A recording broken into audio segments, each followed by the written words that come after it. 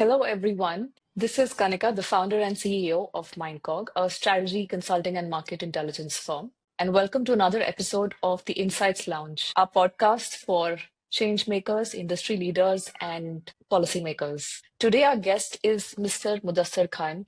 Mudassar, also known as MK, is the region head and director of business development at Tech Mahindra, where he leads growth and innovation across business process services and GCCs, that is Global Capability Centers. An award-winning leader with over 15 years of experience in customer experience, digital solutions, MK drives growth by leveraging his expertise in business processes, contact centers, and software as a service. Hi, MK. Thank you, Kanika. Am I supposed to get an award after this kind of great introduction that you give it? I really hope. I really hope.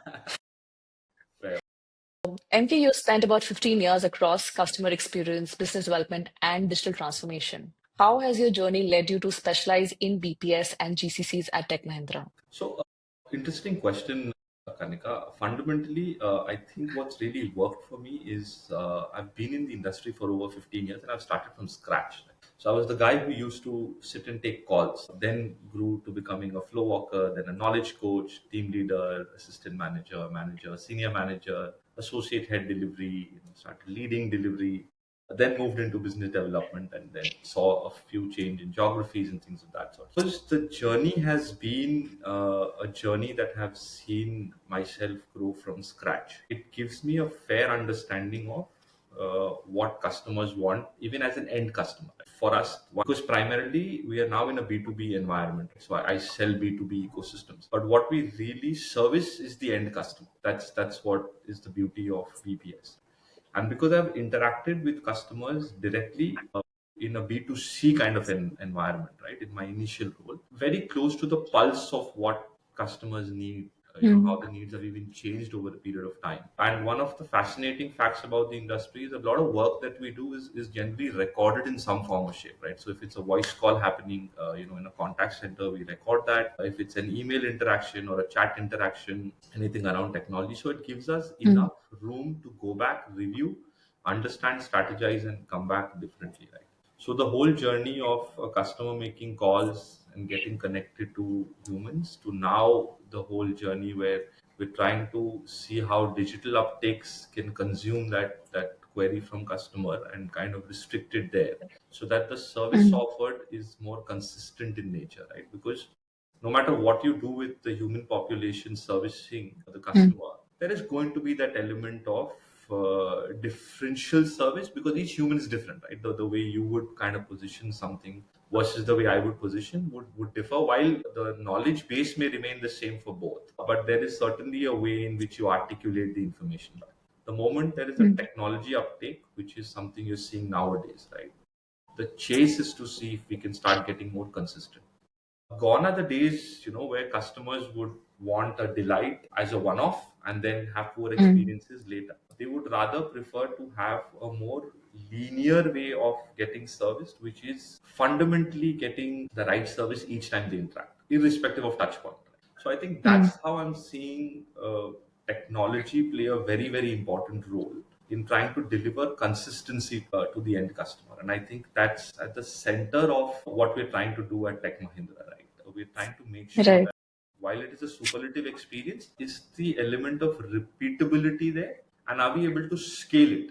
And are we able to do all of this at speed, right? Because of the ever-changing demands from customers across the globe, right? It's moving very, very fast. If I pause and I look back at, the past 10 years in 3 or 4 trenches, the amount of development that has happened in the last 5 or 6 years is almost at next the speed of what it may happen prior to that. And keeping up to that speed is key in how we take things forward. So maybe that's a slightly longer answer, but yeah, I'm a little passionate about, CX because being there, done that from a very early age. I think I started working when I was 19 years. Wow. That was my age when I started my first job. Been an interesting journey since then. Yeah. Yeah. So, you've already sort of touched upon this a little bit, but I'm still tempted to ask this question. Earlier, these services were mainly looked at like cost cutting or like an outsourcing play. But we've increasingly, the narrative is shifting towards value creation and transformation. Could you elaborate on that a bit more, especially in the recent context of automation, analytics, those things? Sure, sure. So, Kanika, one element is where you talk about cost arbitrage, right? You try and see how you go into a customer ecosystem and see how you can reduce their current spends. You could do it Mm, by automation of some sort. You mm, kind of do it by just purely operational efficiencies. You try and bring in better processes. You re-engineer the entire process ecosystem, and there is a lot that can be done. But I still feel these are relatively primitive conversations. And the reason I say that is, in some of our interactions with leading banks, especially in India, and we were fortunate to be a part of some projects, we're trying to participate in core revenue generation for the bank using CX as a touch point mm, where we try and see how we can generate revenue, and that is where we go and sit right at the center of the strategy of what the bank is trying to achieve or any organization is trying to do, right? Trying to see mm, if we see when it's about optimizing something, right, the right number to be at then is zero, because you can't then go beyond zero, right? I mean, mm, that's the best that you can achieve when you're trying to reduce from where you started, and you'll never be able to be zero. That's not the objective. There is always going to be some degree of spend that will happen. The idea is, can we as an ecosystem become a part of the wider organization while we provide the service, where we are able to pay for ourselves by adding revenue to the core ecosystem of that given brand that mm. we are partnering. And if we are able to get that journey right, I think we are in the right spot. So it's very, very important for us to broaden our horizons of looking at ourselves as vendors and starting to look at ourselves as partners in the Mm, truest sense. mm, So I generally, when having interactions with clients, right, there comes a stage where you need to start thinking about the relationship you're building as though you're a partner in the true sense in the profits and the losses, and primarily are you able to add to the core revenue, and you're able to add to the core business objective. If you're able to yeah. kind of do that, then I think you will always be relevant, which I think is very important, because what we have Yes. experienced in the past decades or so, there are great Mm, brands that have not survived changes, right? And there's some big brands, I don't want to name them for obvious reasons, but because remaining relevant is also as important as being consistent, is in my previous answer that I was kind of trying to gather my thoughts around. So that's really, really important. yeah, yeah. Oh, absolutely agree. I mean, as a founder myself, I know that I prefer to talk to people when I'm contributing, potential clients, when I'm contributing towards the revenues of the company, because I know that that's something that they will always be willing to listen to. So yeah, I think that that's direct value add. I want to get a little more specific to your current position. You've had deep hands-on experience of working across Asian markets. Could you share what makes this region unique from a business and digital transformation perspective? Sure. So, Kanika, fundamentally, I was in India doing the India market for Mm, almost, I think, about 3 to 4 years, right? And I've seen that whole journey where, even as a brand, we were trying to shift from our legacy strength of being telco leaders to kind of seeing how we could start working with the financial services ecosystem. And we did great mm, guns, right? Some PSU banks, we had some credit bureaus, we had a couple of security businesses, and all. We created a great portfolio. Another idea was to see how we could scale that across the globe, right? And then I was bestowed with the responsibility of moving into ASEAN, so currently based in Singapore, and trying to see if we could recreate. I don't want to use the word magic, because it's nothing less than that, because we were able to participate in our customer journeys where we were mm, able to actually start to add revenue to their business actions that we were kind of participating with. Now, mm, fundamentally, since I've moved here, I think the observations are very, very clear that the market is ready for change. A change mm, where the legacy way of working or the legacy way of delivering CX, in a financial services ecosystem, the customers have started to demand something more new, right? With the fintech ecosystems taking precedence, digital banks coming into play, which have no absolute physical infrastructure. It's a complete digital world which is being created, mm, right? A lot of mm, global mm, banks that are here, they're doing what they're trying to do. So there Mm, is a lot happening at once, and I'm glad to say that all of this is happening because the customer is demanding. See, one is I mm, naturally want to progress into something new, and one is where yeah. my customer is now saying, okay, I need services which is fast. And the element of being compared, right? So there was a time when I would, let's say, have two bank accounts, and I would compare one service to the other, which is one Mm, way of looking at mm, it, right? mm, Is when I'm ordering food, I click a couple of buttons on my phone and my food is delivered to me in about an hour or so at the tops, right? I want to kind of go from point A to point B. Again, click a couple of buttons on my phone, there's a cab waiting for me, right? If I require a certain service, let's say I want to get my house cleaned, again, a couple of buttons here and there, and it's all happening. Now, because I'm in a way used to this way of getting services done for most of the things that I use in my day to day life, I want my banking ecosystem to be at the same pace as me, right? And that's agree. fundamentally changing. So customers are no more okay. So when I'm giving you my own example, right? So when I moved to Singapore Mm, and I was setting up my own bank account and other things that I was trying to do, one way was to kind of run from pillar to post, go to a bank, try and get that thing done. And in fact, I did visit a couple of outlets, but I did realize that there was not a pushback, but a subtle way of the bank to also tell me that it's all available online. Why don't you try that? And it worked out well. Customers, as I mentioned, are doing what they're doing. Similarly, the banks are now adopting to that ecosystem. Yes, with the fintech organizations coming into play, a lot of tech organizations that are doing these roles at the core. The journey is to be really accelerated in the legacy way of mm, banks kind of working. Because let's go back to even the article that I wrote, right, which is there on the TechM website. yes. Yes. It fundamentally touches upon the subject of the consumer, right? Because there is only so much financial institutions can do to do customers to themselves. Interest rates can be attractive, you give certain offers, you do this, you do that. At the end of the day, it will be the service and the way you interact with your customer that will be the game changer in the long run. And that has been proven from time to time, right? May it be a great product that comes in, and it will never revolutionize that particular service that you're kind of taking, but the industry at large. And that is when things start changing.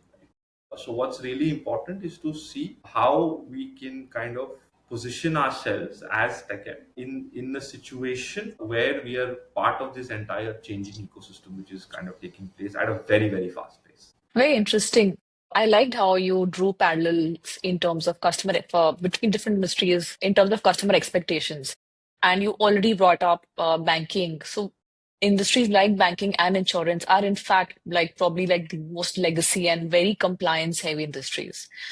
Um, I mean, so all the more important that the way BPS partners can, the role the BPS partners can play in these industries, of course, has to be aligned with customer expectations, but also still have to be very, very, up to date in terms of the regulatory compliance. I know that I worked actually as a consultant for a bank, one of the largest banks in Abu Dhabi, and we were working towards their digital transformation journey for exactly a similar use case that you talked about. So, and I know this, it's very relevant what you just mentioned. But tell me this, in industries like banking and insurance, digital lending and risk assessment are increasingly driven by AI. So, what role do you think BPS partners play in enabling responsible and transparent AI adoption in such sensitive domains? Fair question. So, Kanika, if you look at when you classify a digital ecosystem, generally it will sit in these two three areas, right? So it's we refer to it as AAC,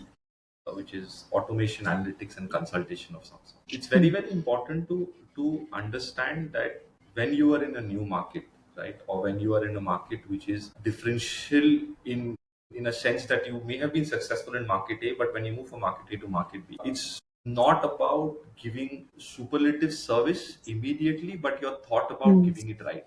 In fact, if you go back to the TechM narrative around AI also, we are not trying to do something very, very differential from a perspective of trying to say that we are here to create an impact or a bank. Our message is simple. We're trying to say we will do AI right for you. That's more important, right? And that's when mm, compliance comes into play, right? Because we want mm, to deliver the end result in a manner which is compliant, it is acceptable to customer, It's consistent in nature, and more importantly, it is moving the journey of a given bank or a given financial institution forward in their CX mindset and lens that they have, and where they see their CX probably 5 years from now, or probably 7 years from now, 10 years from now, right? That is very, very Mm. important. And if it is not riding on your ability to keep them secure through and through, then I think you don't have a story in the market, right? Because the market won't Mm. really accept you if anywhere they have an iota of doubt, around your ability to be compliant. And it could just be in any form or shape, right? In India, for an example, Yep. the whole movement from on-prem to cloud ecosystems in banking, that itself is a huge question mark, right? Mm. There are certain regulations from RBI as well, where the decision is left to the CIOs of the bank and things of that sort. But that paradigm shift is not happening because there is some degree of confidence building exercises that need to happen in that change, in that shift, right? I'm not a tech expert though, but the point I'm trying to drive right now is, if you do anything within this periphery of work, Mm. within financial services, more than any other message that you can take to market is your message of you being a partner that your customer can trust, with the fact Yes. that you will remain compliant, you will make sure that Mm. whatever guidelines have been laid down by the Mm. monitoring and the governing authorities, they are kind of being balanced and executed in the right way. So that's an important point. Right, right. All right. So many businesses still struggle with manual, fragmented, or legacy operations. What do you see are some of the common challenges with organizations who are still trying to streamline their processes in terms of BPS, of course? Very, very interesting question, right? And I think the way I would want to answer this one is more from a method that you adopt. Now, look at any large organization, right? In order to kind of deliver the end outcome, right, we fragment them into various functions and departments and all that. That's what we land up doing, right? Now, when a given function is consuming a service from, let's say, a BPM partner, a BPO partner, a BPS partner, or they're trying to bring in Mm. some partner into play, periphery of what they try to solve is a problem statement that they see, and that's when you come in and you try and do what you try and do. Then I think what's important as a method is to step back, and especially that's what I personally do when I'm interacting with clients in the region, is trying to wear a consultative hat first to see Mm. whether the problem that we're trying to solve is the complete box of elements that can all be brought together, or is there more? If there is Mm. more and it requires a little more of engineering around the same, we Mm. rather spend that consultative time doing that as a rightful partner than trying to just solve for what we've been called within that periphery of work. Now, how that really helps is, even if there are disjointed or fragmented operational ecosystems, during the consultation exercises, they will surface because you will kind of study a process flow moving from point A to point B, or you will study an as-is model and try and create a 2B model and see how that whole thing would transpire, which is really important, Kanika, for any business to understand that getting in a solution is not key. Getting in the right solution and the right partner who thinks that way is important, and that's when TechM, and especially the way I work with the clients in the region is to make sure that what they're getting is value for money, and they're getting much more, because the idea is not to form relationships with customers which are transactional based, right? Most of the customers that I would want to work with are customers who remain with us for decades. And if you would choose to do that, if that's the mindset, Mm. right, then you're going in not just with your ability to problem solve, because that's the core reason why you would exist in that ecosystem, but it's also important to understand that, are you actually adding value? And to add Mm. value, you need to wear a lens to understand what you're solving for. Is that exactly what the organization wants, or is there more to it? And if there is more, you Yeah. bring it on the table.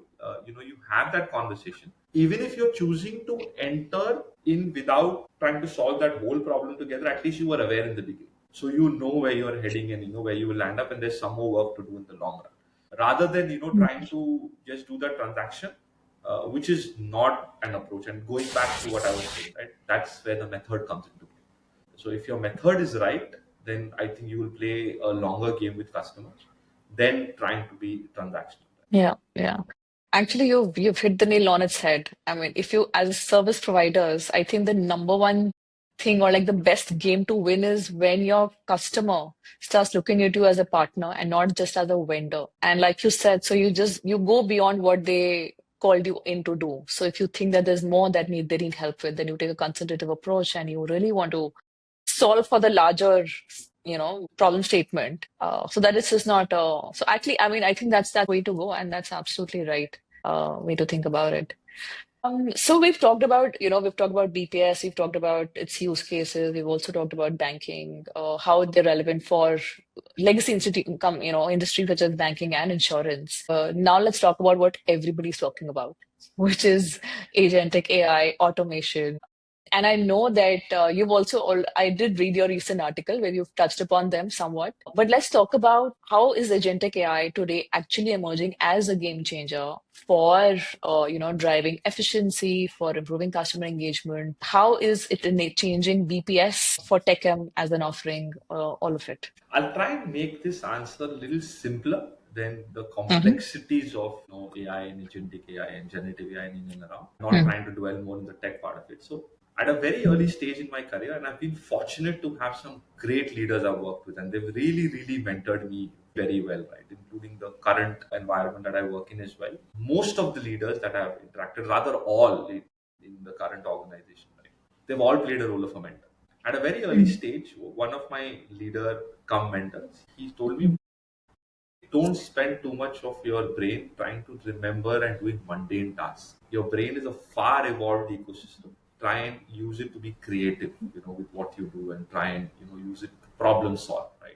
Don't use Yes. it to remember elements and things, and use technology wherever possible, right? Back then, technology would mean something that you could do there, some Excel file that you could automate, run some macro on. But if in the true sense you look at that message, it's so relevant even when we talk about agentic AI. If there is a Mm-hmm. certain task which can be in a way done by technology, you free Mm-hmm. up your ecosystem from the human brain per se to do more complex problem solving, and take on more complex tasks that you can kind of position within your to-do list in a way, and you're able to spend more time there while you automate whatever you can. So maybe Yes. historically, if I could automate some formula where it would add my numbers, to now a technology which can speak to my customers, at least on queries which aren't as complex as they should be, but they are more Mm-hmm. transactional in nature, and provide that end-to-end resolution. And my digital uptake is higher. Just imagine the human brain that I kind of save, in that act or that action. How much of it I can repurpose to do some more wonderful things? And that's the way I look at it. Right? If I'm spending 8 hours of my day, and in those eight, if I'm able to save four by letting maybe a co-pilot do something for me, or some other agentic technology come in and do something for me, or have my customers been spoken to using a certain bot model which is almost human like sounding. And nowadays, with the way the technology has evolved, technology is actually able to interact in a great human like way with customers. And that's kind of changing the way you're kind of evolving in the entire CX ecosystem.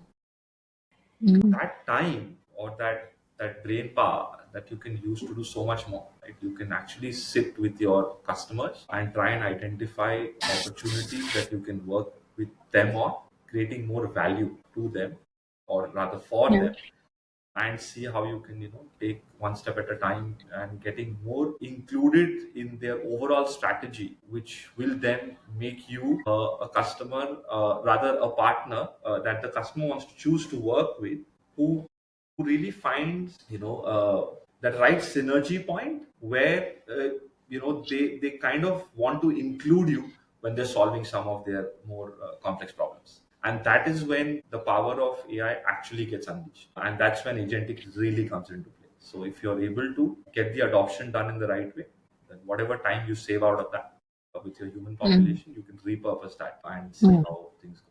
I'm not a big fan of, and nor do I find myself qualified enough to kind of have a view on, is agentic here to replace humans? And that's not a discussion I ever get into, Mm-hmm. because I don't think I am talented enough nor qualified enough to have a comment or a view on that. In my own personal opinion, like I mentioned, if there is an element of automation happening using the technology, what can I do next with that time that I've saved, for my brain being utilized from a Yeah. perspective of a transactional task?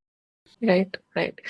As you were speaking, there were two questions that were coming to my mind. I'm going to ask you both of them together, and you can choose to answer them in any order. So, one is that I was wondering if there's any particular innovation or any use case of automation that you have in recent times leveraged for one of your clients, which has probably completely changed the way the client's process functions now versus earlier. And the second that was coming to my mind, and this is more from an industry point of view, the way you explained was wonderful, actually. How you talked about your mentor, and you said that it's similar to, like, easing my own life, and why should not a business ease free up their time from anything which seems to be repetitive and not really required from a creative standpoint. Do you still feel, and I personally feel, that I think things are changing so fast. Every day something new is coming up, even within AI, that I feel from an industry standpoint, of course, minus like the really top leaders, I'm not talking about like OpenAI and those companies. But, who's actually driving this?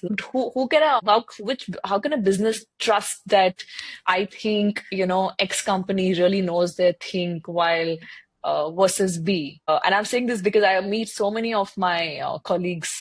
Some of them are founders like me. Some of them are actually very highly placed in large organizations. Even I'm not sure, like, if people really know what they're talking about. So I'll answer your first question first, and then I will try and take a shot at the second one. In the recent past, and I'm referring to some work that we've done in the past 2 or 3 years. Mm. So we did take on the customer service for one of the leading PSUs in India. It was a legacy setup, right? More from a perspective of the way the CX ecosystem was designed. We were fortunate enough to add in a lot of automation at various junctures, right? From the touch Mm. point where you call in, and then there's a conversational IVR now versus a DTMF. A DTMF would be the one where you press 1, 2, 3 and you land up. So that's generally a DTMF. A conversational one is where you're able to interact. The element of putting a voice biometric in the beginning itself, so a lot of that element, trying to see if their interaction is happening, could that be monitored using technology real time? So historically, a call would get recorded and somebody would hear it, and the feedback and all that would happen. So could we do that more real time, right? If there were interactions happening with customers on emails and all of that, can that be done in an automated fashion? So all of that put together, we did see a huge uptake in the digital consumption of interactions, right? And that led to a lot of saving of manpower. So let's take an assumption that if I was using 100 people to service the customer in my legacy model, in the new model I probably required 50, 55, 60, and there was a huge number of about 40, 45, 50% that you land up saving. Now, there are two ways of looking at it, right? Again, coming back to the cost arbitrage discussion. Either you Yeah. kind of cash in, saying, okay, this is my saving and this is what I've done. I think as an organization and as a partner, the decision was to repurpose these guys and try and see if we could utilize them to generate some degree of revenue. And fortunately, that fell in place. Not only are we generating some fancy numbers, but we're able to add core value to the core ecosystem of banking in terms of the lending exercises and their digital lending journeys, and we're able to do a lot more over there by repurposing some of these headcount that we have kind of saved in a way because of certain digital uptake. So that's a wonderful story that certainly is going great guns, not just within India, but from the ASEAN region now at large. Customers are finding a lot of value in working with partners who are able to think that. The idea is, see, technology Mm. was always there. Right? It's not that Mm. I came in and I kind of used that technology and I was the one who innovated it. That's not the case. The case is, am I able to think through and use what is available to me to kind of generate enough value back to my customer, and both to my customer who's in my B2B environment and to his customer for in that situation, which is the B2C environment, right? Because I'm interacting with the B2C while servicing the B2B world. And that is when I'm absolutely in the right place to kind of add value and remain in the game from a customer journey perspective. So these are journeys when a CX touch point becomes a revenue generating asset. And if you're actually able to do that, customers really are interested nowadays to kind of sit and have conversations, not because you did what you did, but because you had the thought of doing it and you were able to execute it end to end. And then they want to sit with such partners in the Right. room to give them some real world problems and see how they could take things forward. So that's the answer to your first question. Now, coming to your second question, to be very honest, Kanika, I'm really a big fan of certain leaders when it comes to the AI and agentic AI space as people. So our own chief innovation officer, which is Mm. Nikhil Malhotra, big fan of the guy because I was in fact having lunch with him some time ago, and the way he was explaining AI to one of the customers, and he makes it sound so simple and he makes it sound so wonderful. And he's the one who helped me also understand the true meaning of me being able to do AI right, then trying to do something fancy with it, and then regretting it in the long run. He has such beautiful views around how agentic will take shape.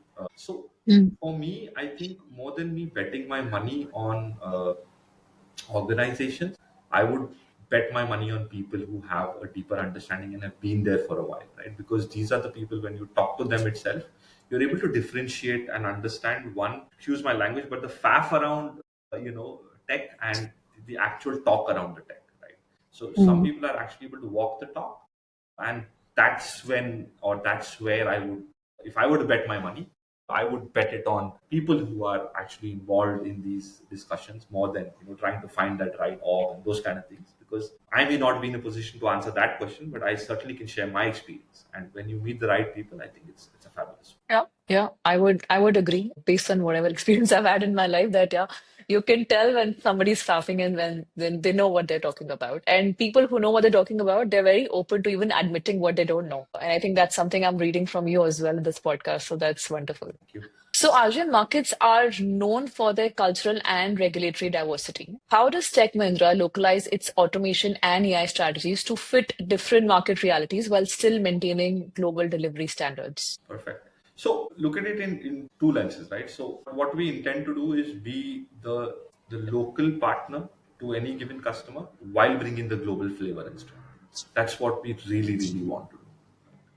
We Mhm. don't want any customer to kind of readapt themselves because we are not flexible as an organization. That's something that we would never go down the path of, creating a narrative or an environment around the same. So we don't want to do that. The idea of, there's a very thin line in being arrogant and being great, right? So we try and maintain that balance, right? So I think what we have been able to do really well is some deep rooted relationships our client partners are able to have with our customers, understand their unique needs, bring in our solution teams, and have very, very individual organization led solutions driven rather than having a one size fits all approach. I so far have been in the organization for more than 15 years. I haven't seen, we kind of using a one size fits, even if it is for a smaller engagement or a wider engagement. Our modus operandi will be to see how, may not be rightful for me to say personalized, because it's not a person that we're selling to per se, but it's more of a B2B relationship. But in the truest sense, it is very tailored to that given organization, right? We will make sure that we spend enough time and effort around delivering what we have to as a solution, which is crafted for them. We don't want to, under any circumstances, come out and say, okay, here's a solution, we feel it is great, please take it. No. If it requires some degree of tailoring, we will do that. If it requires to be dropped and bring in something else, we'll certainly do that. There have also been instances where we do go out and say we can't do this. I mean, we are humble enough to say we may not be, we don't want to be, a jack of all trades. We want to make sure that there are areas we are great at, and we want to do those great things, right? Because we'll be remembered for that, right? We don't want to go down the path of trying to solve every problem that comes in on the way, just because we want to, kind of try and see, if there is an element of doing business. Right? That's not the way things work. So I think and this is my personal opinion, right? Is where the experiences that I've had, interactions that I've had, they've generally been in that ray of light rather than it being in a complete differential. That makes sense. So this has been wonderful. As we come towards the end of the podcast, I think it's natural for me to ask a forward-looking question. So if you look at the next 5 to 10 years, how do you see, or what do you see as the biggest transformation for BPS, especially in the way of an integration of cloud, AI, analytics? How do they continue to evolve in this space? So BPS is too large an ecosystem, and the way an organization wants to consume it, that also will evolve from time to time, right? So there were terms like FNA and HRO probably, which have come into light at the given moment, right? So finance and accounting being outsourced, legal ecosystems being outsourced, HR elements being outsourced, right? Using of technology wherever we can to see what we can do differential. So I think the way technology will help BPS as a service, BPM as an ecosystem kind of evolve with customers. The way in which it will be looked at in the future will be to see how problems can be solved in a more strategic way versus it being more transactional and more tactical in the current scheme of things, right? So you will see, and that's already happening, right? But that journey will only evolve and become better, where the entry of BPS or a BPO player will happen at a very early stage, in organizations, and not start at a stage where you evolve in becoming a big giant and then you want to kind of now do cost optimization and you bring in a partner and you start that whole journey. So I think what will happen in the future is you will see a lot of partnerships evolve at a budding stage, right? So when an organization is moving in that upward direction, that's when the buds will come together, and you will see as it grows into that wider tree, it's very much an integral part, probably forming the roots of that tree, when the actual entire blooming and blossoming is actually happening. So that's where I see BPS as an ecosystem in the next 5 years.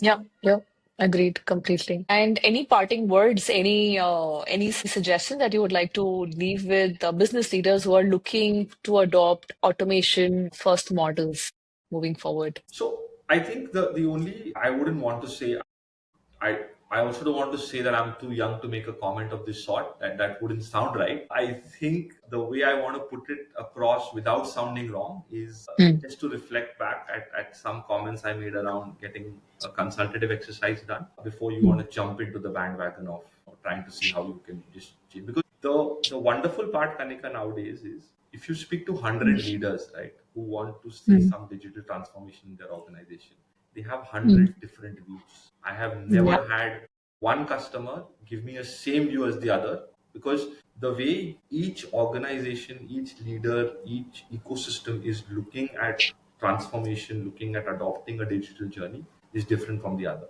The way they want to adopt it is very, very differential. The objectives that they have in mind are different, right? Some want to cash in from a revenue perspective, some want to get optimizations done, some want to, Mm, up their CX game, some want to be relevant as a result they're doing it. Every leader has a different sense to it. Some are also very, skeptical around seeing, okay, is this really going to, exist also in the future? So there are a lot of mindsets that flow and form around it.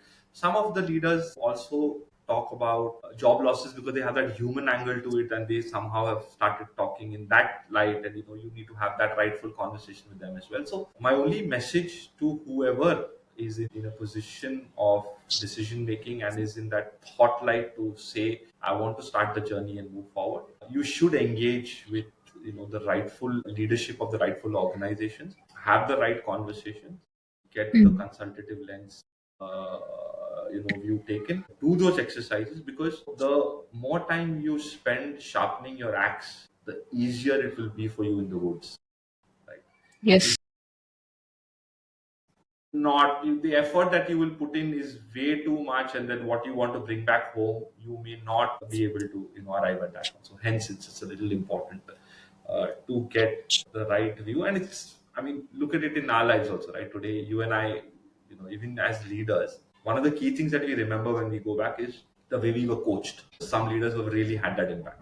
As businesses also, you should bring in a consultant in some form or shape, or somebody who can mentor you through the journey to say whether Mm. you're doing it right, and somebody who has complete key focus for you or on behalf of you for that journey you want to kind of lead. But yeah, be very clear of what you want to achieve out of it.